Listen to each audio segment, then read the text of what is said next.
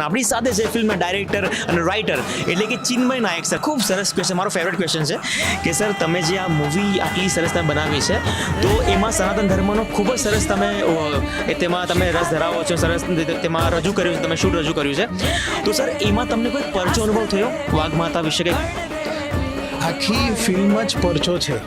મારી આખી ક્રૂ અને કાસ્ટ જોડે અમે થર્ડ ડે શૂટ કરતા હતા અને જે જગ્યાએ અમારે ફોરેસ્ટ ઓફિસરનો સીન સેટ કરવાનો હતો કે એને માતાજીનો વાઘનો અવાજ સંભળાય છે. લિટરલી અમે તે સમયે આખી ક્રૂ આખી કાસ્ટે ટાઈગરની સ્મેલ અમે અનુભવ કરેલી. અને ફિલ્મની અંદર એક શોટ આવ્યો છે જેની અંદર વાઘની જેમ બે આંખો ચમકે એવી કોઈ પણ વીએફએક્સ વગર બે આંખો ચમકેલી હતી. આ અમારો બધાનો એક સાથે પ્રત્યક્ષ અનુભવ અમે આ જોયો છે અને એ શોર્ટ ફિલ્મની અંદર પણ આવે છે.